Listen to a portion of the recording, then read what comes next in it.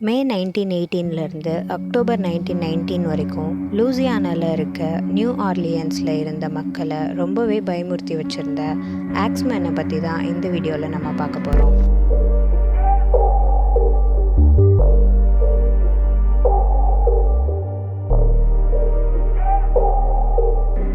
ஆக்ஸ்மேன்னு சொல்லப்படுறது ஒரு சீரியல் கில்லருக்கு கொடுக்கப்பட்ட நிக் நேம்.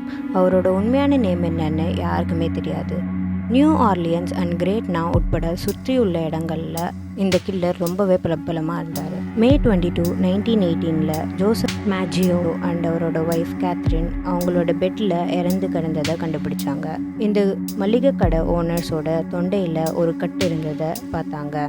அது அவங்க தூங்கும் போது ரேசர் பிளேடை வச்சு செய்யப்பட்டிருந்தது. கேத்ரினோட தலையை அவங்க ஷோல்டர்ஸ்லேருந்து முழுசாக பிரிக்கிற அளவுக்கு அந்த கட் ரொம்பவே டீப்பாக இருந்தது. அண்ட் அவங்க 2 பேரோட தலையிலையும் கோடாரியால் தாக்கின காயங்கள் இருந்தது. பேக்டோரில் இருந்த உடன் பேனலை கட் பண்ணி அந்த கில்லர் வீட்டுக்குள்ளே வந்திருந்ததை போலீஸ் கண்டுபிடிச்சாங்க. அந்த கில்லர் அந்த கொலையை முடிச்சுட்டு அவர் கொலை பண்ணுறதுக்கு யூஸ் பண்ணியிருந்த கோடாரியை பாத்ரூம்லேயும் ரேசரை பக்கத்து வீட்டு தோட்டத்துலேயும் போட்டுட்டு போயிருந்தாரு. பட் அவங்க ப்ராப்பர்ட்டிஸில் இருந்த எதையும் அந்த கில்லர் எடுக்கலை. அதனால் அவன் கொள்ளையடிக்க வரலன்னு தெரிஞ்சது.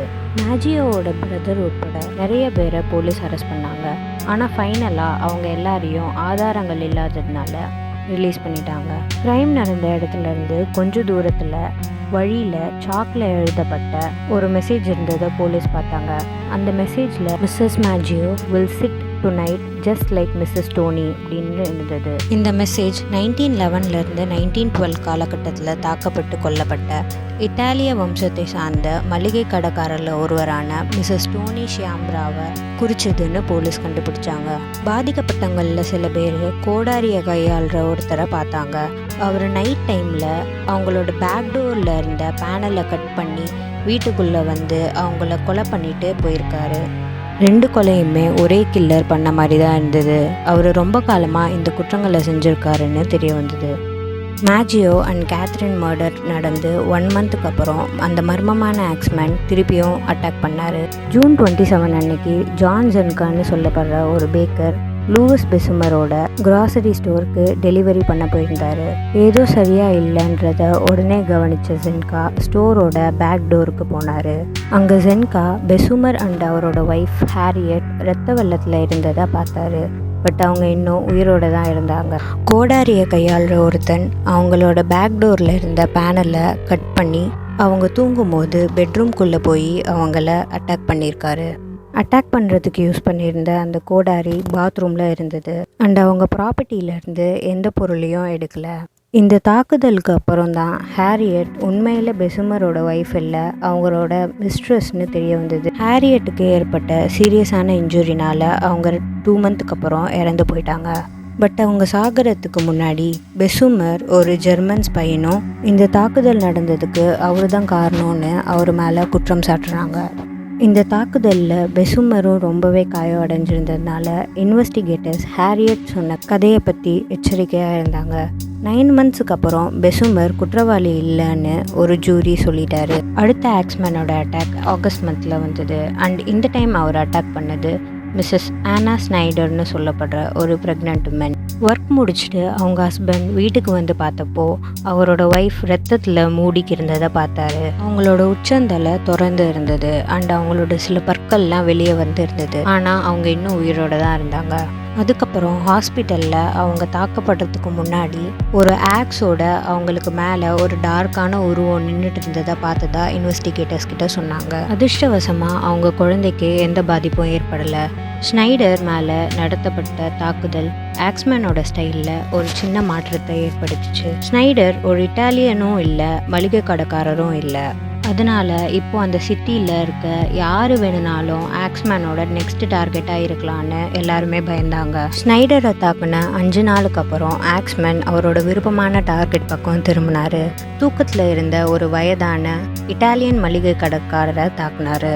பவுலின் அண்ட் மேரி ப்ரூனோ அவங்களுக்கு நெக்ஸ்ட் ரூமில் இருக்க அங்கிள் ஜோசப் ரொமானோவோட ரூமில் இருந்து ஏதோ ரொம்ப அதிகமான சவுண்ட் வந்ததை கேட்டு எழுந்தாங்க. அவங்க அந்த ரூமில் நுழைஞ்சு பார்த்தப்போ ஜோசப் தலையில் தாக்கப்பட்டு ரொம்பவே மோசமாக ப்ளீடிங் ஆகுறத பார்த்தாங்க. அண்ட் ஜோசஃபை அட்டாக் பண்ணவர் அந்த ரூமை விட்டு தப்பி ஓடிட்டாரு. பவுலின் அண்ட் மேரி அந்த தப்பிச்சு ஓடினவன் ரொம்பவே டார்க் ஸ்கின்னாக இருந்தார், heavy set and dark suit and ஒரு ஹேட் போட்டிருந்தாரு அப்படின்னு சொல்லிட்டு போலீஸ்க்கு டிஸ்கிரைப் பண்ணாங்க. மற்ற அட்டாக்ஸ் போலவே அந்த அட்டாக்கர் பேக்டோர் வழியாக வந்து அட்டாக் பண்ணியிருக்காரு. அண்ட் திருப்பியும் எந்த வேல்யூபிளான திங்ஸும் திருட்டு போகல.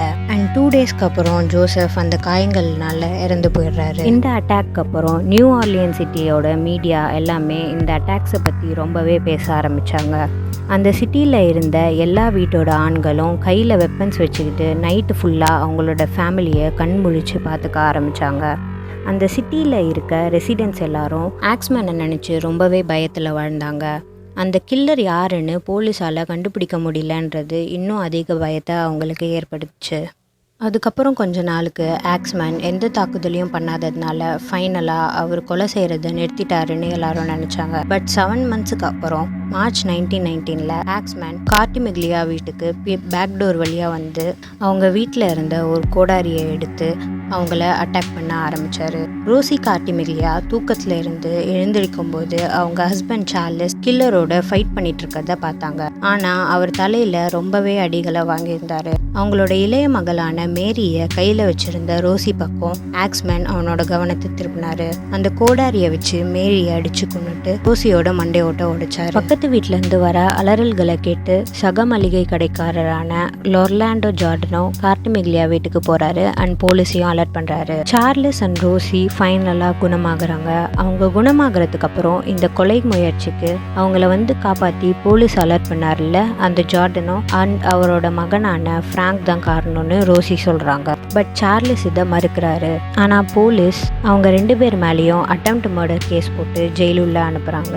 அதுக்கப்புறம் சார்லஸ் ரோசியை டிவோர்ஸ் பண்றாரு. ஆனா ரோசி கொஞ்ச நாள் கழிச்சு ஜார்டனோ அவங்க மளிகை கடை வியாபாரத்துல போட்டியா இருக்கிறதுனால தான் அவங்க மேல பழி போட்டேன்னு ஒத்துக்கிறாங்க. இதனால அவங்க 2 பேரையும் பிரிசன்ல இருந்து ரிலீஸ் பண்ணிட்டாங்க. கார்டிமெக்லியா ஃபேமிலிக்கு மேல நடந்த அட்டாக் அப்புறம் ஆக்ஸ்மேன் டைம்ஸ் பிக்யூன் நியூஸ் பேப்பருக்கு ஒரு லெட்டர் எழுதுறாரு. அந்த லெட்டரோட ஹெட்டரில் ஹெல்னு இருந்தது. அதில் எஸ்டீம்டு மோர்ட்டல்னு அட்ரஸ் பண்ணியிருந்தது. அந்த லெட்டரில் அவங்க ஒருபோதும் என்னை பிடிக்கலை, அவங்க ஒருபோதும் என்னை பிடிக்கவும் மாட்டாங்க அண்ட் அவங்க எப்போவுமே என்னை பார்த்ததும் இல்லை. ஏன்னா இந்த பூமியை சுற்றி இருக்கிற ஈத்தர் போல் நான் கண்ணுக்கு தெரிய மாட்டேன். நான் ஒரு மனுஷனே இல்லை, பட் வெப்பமான நரகத்திலிருந்து இருக்க ஒரு ஆவி அண்ட் பேய் தான் நான் தான் நியூ ஆர்லியன்ஸில் உங்கள் முட்டாள்தனமான போலீஸால் ஆக்ஸ்மேன்னு சொல்லப்படுறவன். நான் கொலை பண்ண போகிறவங்க யாருன்னு எனக்கு மட்டும்தான் தெரியும். என்னோட இரத்த கரை இருக்க கோடாரியை தவிர நான் வேற எந்த க்ளூவையும் நான் விட்டு போக மாட்டேன். நீங்கள் விரும்பினா என்னை தூண்டி விடாமல் கவனமாக இருங்கன்னு போலீஸ்கிட்ட சொல்லுங்கள். அவங்கள எச்சரிக்கையாக இருக்க சொல்லுங்கள். நான் என்னன்றதை கண்டுபிடிக்க முயற்சி செய்ய வேணான்னு சொல்லுங்கள். சந்தேகமே இல்லாமல் ஆர்லியன்ஸில் இருக்க நீங்கள் என்னை ரொம்பவே கொடூரமான கொலைக்காரன்னு நினைக்கிறீங்க. ஆனால் நான் விரும்பினா இன்னும் மோசமாக இருக்க முடியும். நான் விரும்பினா ஒவ்வொரு நைட்டும் உங்கள் சிட்டிக்கு வருகை தர முடியும். உங்கள் சிட்டியில் இருக்க ஆயிரக்கணக்கான சிறந்த மற்றும் மோசமான குடிமக்களை என்னால் கொல்லவும் முடியும். ஏன்னா நான் மரண தூதரோட ரொம்ப நெருங்கிய உறவில் இருக்கேன். இப்போது சரியாக சொல்லணும்னா அடுத்த டியூஸ்டே நைட் 12:15 பூமிக்குரிய டைமில் நான் நியூ ஆர்லியன்ஸை கடந்து போக போகிறேன். என்னோட எல்லை இல்லாத கருணையில் நான் உங்களுக்கு ஒரு சின்ன கருத்தை முன்வைக்க விரும்புகிறேன். எனக்கு ஜாஸ் மியூசிக்னா ரொம்ப பிடிக்கும். நான் சொன்ன அந்த டைமில் ஒவ்வொரு வீட்லேயும் ஜாஸ் பேண்ட் முழு வீச்சில் இருந்ததுன்னா ஒவ்வொரு நபரும் காப்பாற்றப்படுவீங்கன்னு அந்த பகுதியில் இருக்க எல்லா பிசாசுங்க மேலேயும் நான் சத்தியம் பண்ணுறேன். ஒரு விஷயம் நிச்சயம், அந்த குறிப்பிட்ட டியூஸ்டே நைட் ஜாஸ் மியூசிக் யார் வீட்டில் கேட்கலையோ அவங்க என் கோடாரியை வாங்கிக்குவாங்க. நான் உங்கள் பூமிக்குரிய வீட்டை விட்டு வெளியேற டைம் ஆனதுனால என் சொற்பொழிவை இதோட நிறுத்திக்கிறேன். இதை நீங்கள் உங்கள் நியூஸ் பேப்பரில் பப்ளிஷ் பண்ணுவீங்கன்னு நம்புகிறேன். உண்மையிலேயே இந்த ஆடம்பர உலகத்தில் மோசமான ஆவியாக நான் இருந்தேன், இனிமேலும் இருப்பேன். பை ஆக்ஸ்மேன்னு சொல்லி அந்த லெட்டர் முடிஞ்சிருந்தது. மார்ச் 19 அன்னைக்கு 12:15க்கு நியூ ஆர்லியன் சிட்டி ஃபுல்லாக சவுண்டாக இருந்தது. மக்கள் அவங்களோட உயிரை காப்பாற்றிக்கிறதுக்காக அன்னைக்கு நைட்டு யாரையும் கொல்லாமல் ஆக்ஸ்மேனை தடுத்தா போதும்னு எல்லாரும் நினச்சாங்க. அதனால எல்லா தெருக்கள்லேயும் ஜாஸ் மியூசிக் கேட்டுச்சு.